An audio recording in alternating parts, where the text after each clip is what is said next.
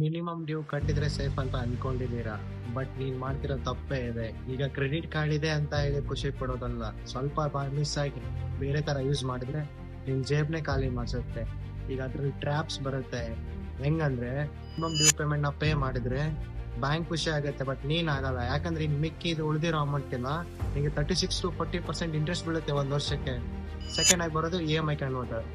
ಈ EMI convert bank ಏನ್ ಹೇಳ್ತಾರೆ, ನೋ ಕಾಸ್ಟ್ EMI ಅಂತ ಹೇಳ್ತಾರೆ. ಬಟ್ ಅವ್ರು ತಗೊಳ್ಳೋದೇನು ಪ್ರೊಸೆಸಿಂಗ್ ಫೀ ಮತ್ತೆ GST ನ ತಗೊಂತಾರೆ. ಇದನ್ನ ನೀವು ಫುಲ್ ಟೋಟಲ್ ಅಮೌಂಟ್ ನ ಕ್ಯಾಲ್ಕುಲೇಟ್ ಮಾಡ್ಕೊಂಡು ಯೋಚನೆ ಮಾಡಿ ತಗೋಬೇಕು. ಇನ್ ಥರ್ಡ್ ಒಂದು ಬರೋದೇನಂದ್ರೆ ಕ್ರೆಡಿಟ್ ಲಿಮಿಟ್ ಯುಟಿಲೈಸೇಷನ್ ಅಂತ ಹೇಳಿ. ಈಗ ನಿಮ್ದು 1 ಲಕ್ಷ ಕ್ರೆಡಿಟ್ ಲಿಮಿಟ್ ಇತ್ತ ಅಂದ್ರೆ ಅದ್ರಲ್ಲಿ ನೀವು 80,000 ಮೇಲೆ ಯೂಸ್ ಮಾಡಿದ್ರೆ ನಿಮ್ ಸಿಬಿಲ್ ಸ್ಕೋರ್ ಅಂತ ಇರುತ್ತೆ. ಮೊದಲು ಕ್ರೆಡಿಟ್ ಸ್ಕೋರ್ ಇದೆಲ್ಲ ಅಂತಿದ್ರು, ಅದು ನಿಮ್ಗೆ ಕೆಳಗೆ ಹೋಗುತ್ತೆ. ಅದು ಕೆಳಗೆ ಹೋದ್ರೆ ನಿಮ್ಗೆ ಮುಂದೆ ಎಲ್ಲಾದ್ರೂ ಲೋನ್ ಏನೋ ಅಪ್ಲೈ ಮಾಡಿದ್ರೆ ಸಿಗಲ್ಲ, ಕಷ್ಟ ಆಗುತ್ತೆ ಬಹಳ.